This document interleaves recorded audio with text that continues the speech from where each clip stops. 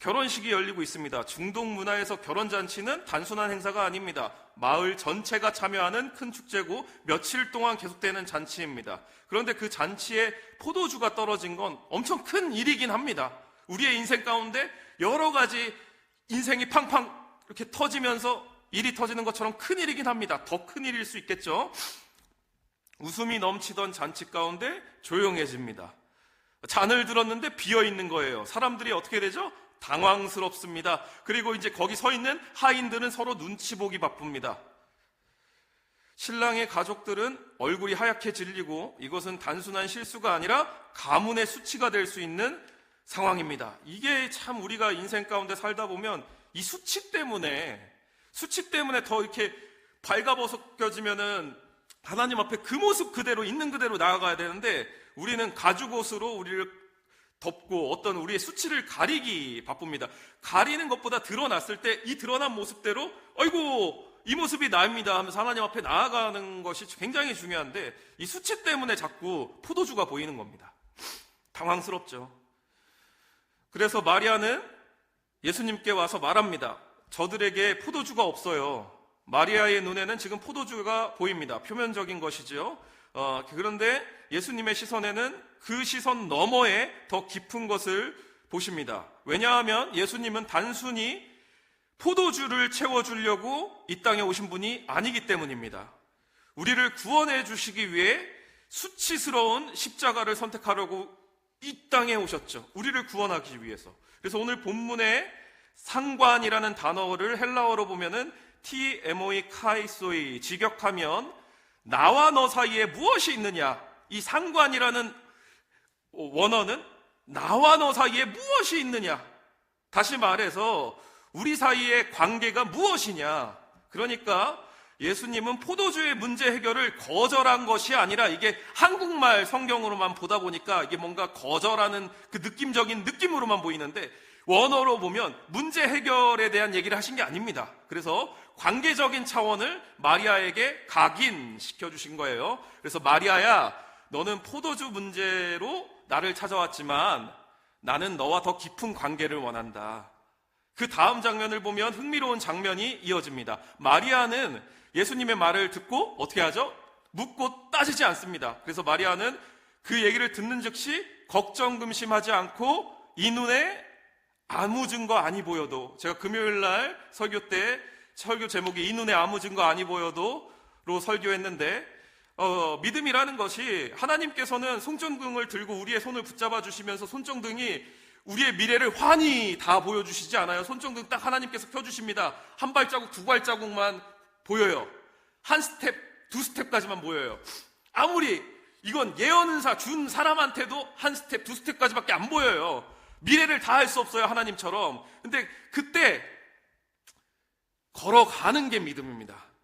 아예 다 훤히 밝혀줘야지 걸어가겠습니다는 믿음이 아닙니다. 불순종입니다. 이렇게 순정을 이해하시면 되고, 그때 이 본문에서 아주 중요한 장면을 보여줍니다. 거기에 유대인의 정결 예식에 따라 돌 항아리 6이 놓였더라. 여러분, 이 돌 항아리는 단순히 그냥 항아리가 아닙니다.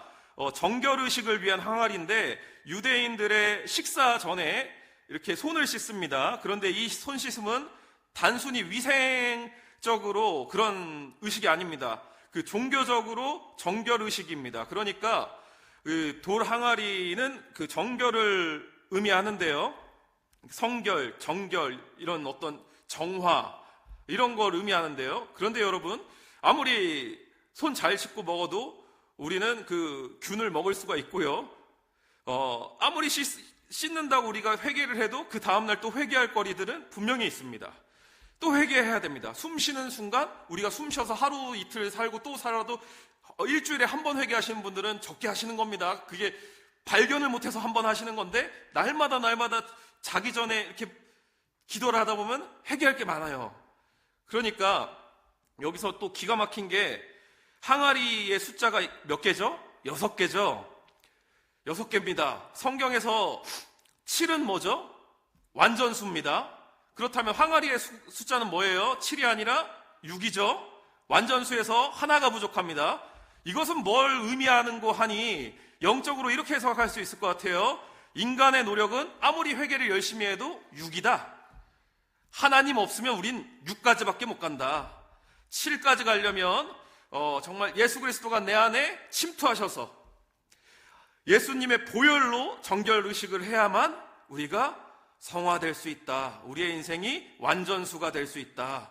그 하나는 언제나 우리가 회개하는 것, 하나의 항아리는 회개라는 거 잊지 마시길 바랍니다. 그렇게 예수님은 말씀하십니다. 항아리에 물을 채워라. 하인들이 아구까지 채웠죠. 그리고 다 아시다시피 그 물이 포도주로 변했습니다. 물이 포도주로 변한 이 사건은 단순한 기적이 아닙니다. 이것은 하나님의 역사 방식입니다.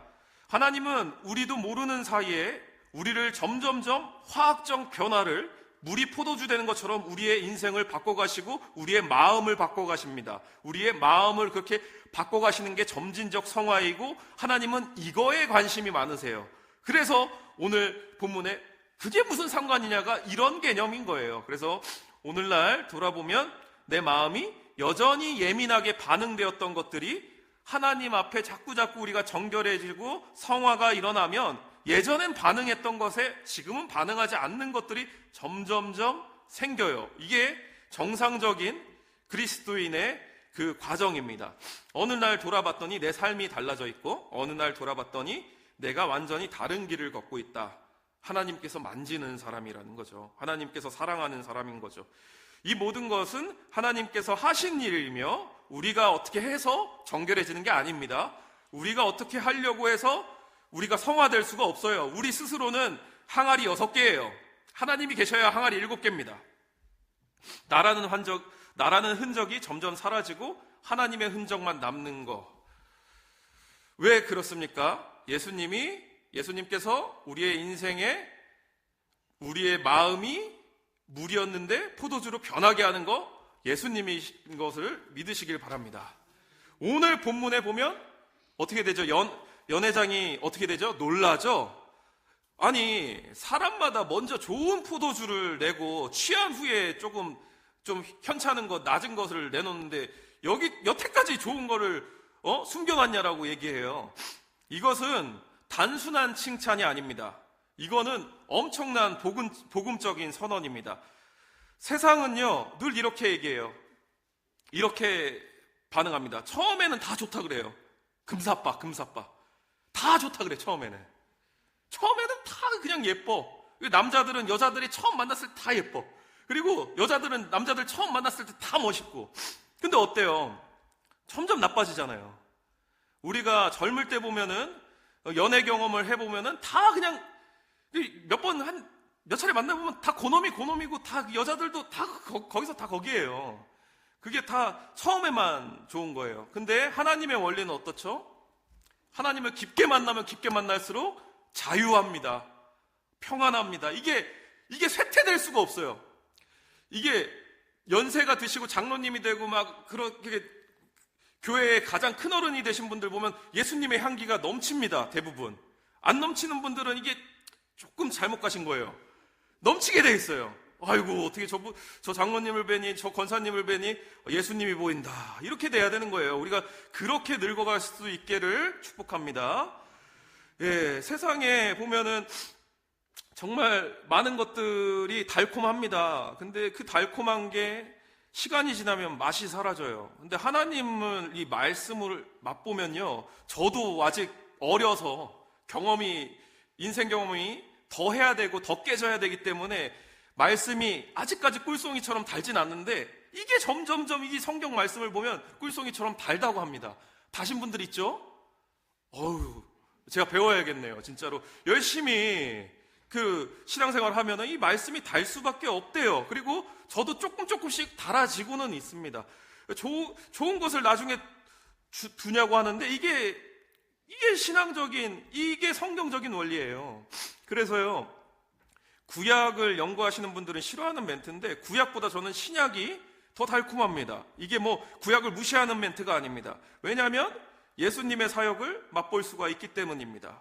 그리고 율법보다 은혜를 더욱더 풍성히 맛볼 수가 있기 때문입니다. 그리고 무엇보다 예수님 당신께서 참된 포도주가 되어주는 사건이 신약에 나오기 때문입니다. 그리고 우리는 정말 그 십자가 사건으로, 정말 이거 십자가 사건만 생각하면 너무 눈물이 날 것 같고, 그런데 이 십자가 사건 때문에 예수님을 뜯고 먹고 마실 수가 있는 거예요. 그래서 우리가 참된 날마다 회개할 수 있는 거고, 날마다 참된 성찬을 경험할 수 있는 것이고, 예수님을 더 깊게 경험하고 하나님의 마음을 점진적으로 더 알 수 있는 거예요. 성경 말씀을 듣고 맛보고 즐기는 방법은 우리가 말씀 한 절이라도 실제적으로 살아내는 겁니다. 우리에게 말씀이 실제가 되는 것입니다. 정말 우리가 가보지 않은 나라를 인터넷으로 보면은 그 나라를 다 안다고 할 수가 없어요. 하나님의 나라도 마찬가지입니다. 이 땅 가운데 하나님의 나라를 우리가 살아보질 못하면요, 하늘나라 시민권자로 하루라도 살아보지 못하고 소천하면요, 심판대 앞에 서봐야지 천국인지 지옥인지 알 수 있고요, 이 땅 가운데 우리가 참자유한 날이 있어야 됩니다. 그러다 보니 제가 집에서 기도를 하고 기도하다 보면 이게 환상 가운데 빛이 힘이에요. 이럴 때마다 내가 구원 못 받는 건 아닌지 항상 그런 고민을 합니다. 여러분도 기도하시면서 그런 어떤 자각할 수 있는, 내면을 볼 수 있는 그런 일들을 자꾸 경험하시고 그런 신앙을 경험하셨으면 좋겠습니다. 여러분, 정말 예수님은 우리의 참된 포도주이십니다. 포도주는 성경에서 기쁨과 생명을 상징하는데 다른 것은 포도주가 아니에요. 이 땅 가운데 우리를 행복하게 하는 어떤 그 쾌락을 주는 어떤 여러 것 많죠. 우리의 어떤 그 스펙을 이루고 우리의 어떤 그 재물을 쌓고 이런 것도 행복하긴 해요. 근데 영원하지 않습니다. 예수님은 우리를 영원히 자유롭고 행복하게 하실 분입니다. 예수님은 마지막 만찬에서 말씀하셨습니다. 이 잔은 너희를 위하여 흘리는 나의 피, 새 언약의 피라. 아멘. 세상의 포도주는 잠깐 취하고 잠깐만 기쁘죠. 영원하지 않습니다. 그러나 예수님은 우리에게 영생을 주십니다. 이제 말씀을 마치려고 합니다. 사랑하는 성도 여러분, 우리의 신앙 제대로 잘 가고 있는 겁니까? 표면적으로 보이는 포도주만, 문제 해결만 구하고 있지는 않습니까? 그거는 해결돼도 되고 해결 안 돼도 되고, 좀 죄송한 얘기지만 사업이 잘 되게 기도했을 때 기도 응답이 일어나면 좋죠. 좋은데 우리가 이 인생 가운데 이 땅 살면서 천국을 경험 못하고 간다는 것은 그게 더 큰 문제입니다. 다시 한번 생각해 보세요. 문제 해결만 원하지 않으십니까? 아니면 당장 문제 해결이 되든 안 되든 내가 하나님과 어떻게 더 깊게 만나고 있는가, 깊게 만나고 있지 않는가, 이거에 집중하고 계십니까? 오늘 주님께서는 이렇게 묻고 계십니다. 그게 무슨 상관이냐가, 너와 나 사이에, 원어적인 뜻대로 너와 나 사이에 지금 무엇이 있느냐? 우리는 하나님께 더 깊게 매달리고 어떤 상황 속에서든 그 상황이 해결되는 건 덤이에요. 아버지시니까 우리가 원하는 거 뭔지 알고 계세요. 하나님께서 우리에게 깊게 관계하시면 우리의 내면이 달라집니다. 우리의 내면 속 참 평안이 생기고 사랑이 생기고 다 달라지면서 앞길도 달라집니다. 그래서 우리가 기도가 변해야 돼요. 기도의 순서가 변해야 돼요. 순서가. 회개를 먼저 해야 하고요. 그리고 오늘 하루를 돌아보면서 내가 하나님과 얼마나 소통했는가, 그것이 중요합니다. 그 다음에 아들, 딸 취업하고 장가가고, 그거는 이제 세 번째, 네 번째. 변해야 합니다. 하나님 꽉 붙잡아야 됩니다. 우리가 다 잃어도, 다 해결되지 않아도 하나님께서 나의 모든 상관관계가 되어야 합니다. 기도하겠습니다. 하나님 아버지, 이 시간 가운데 우리가 다 같이 통성으로 기도했으면 좋겠는데요. 하나님 아버지, 나의 인생의 모든 상관관계가 되어 주시옵소서. 나와 하나님 사이에 다른 게, 내가 성공하고 싶은 마음, 내가 사역자로 성공하든, 어떤 세상 가운데 어떠한 그런 스타로 성공하든, 혹은 부자가 되든, 아들, 딸이 잘 되든 다 잘 돼야 되는 것들이에요. 허나 내가 하나님을 만나는 게 제우선이라는 거. 내가 하나님을 오늘 내가 복음이 없으면, 십자가 복음이 나와 상관이 없으면 안 된다고 하나님을 꽉 붙잡을 수 있도록, 하나님 손을 꽉 붙잡을 수 있는 나의 믿음을 점검할 수 있는 기도를 하셨으면 좋겠습니다. 주여 삼창하시겠습니다. 주여, 주여, 주여. 하나님, 그렇습니다. 내가 어디를 가든 하나님을 찾기를 원합니다. 하나님을 인식할 수 있는 사람이 될 수 있길 원합니다. 하나님을 떠나서는 안 되는 사람이 되길 원합니다. 복음이 아니면은 살 수 없는 사람이 되길 원합니다. 다른 어떠한 것으로 나의 공허함을 채우지 않게 하여 주시옵소서. 다른 어떠한 것으로 하나님 말고 다른 걸로 채우지 않으려고 발버둥 칠 수 있게 하여 주시옵소서. 하나님을 꽉 붙잡을 수 있는 그러한 성도가, 그러한 자녀가, 하나님의 아들이, 종이 될 수 있게 하여 주시옵소서. 하나님 붙들어 주시옵소서. 역사하여 주시옵소서.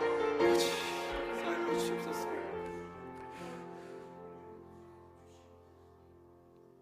하나님 아버지, 이렇게 연약하고 보잘것없고 날마다 하나님께서는 우리를 꽉 붙잡아 주시는데 그 손을 놓고 다른 걸 잡을 때가 참 많습니다. 용서하여 주시옵소서. 정말 하나님의 손을 꽉 붙잡고 십자가 복음 안에서 이 성진교회가 부흥될 수 있도록 전도할 수 있게 하여 주시고, 이 성진교회를 예수님 사랑하듯 사랑할 수 있게 하여 주시고, 더욱더 무엇보다 우리가 마음을 비워내고 예수님으로 채워서 이 지역사회에 많은 죽어가는 영혼들을 담아낼 수 있게 하여 주시옵소서.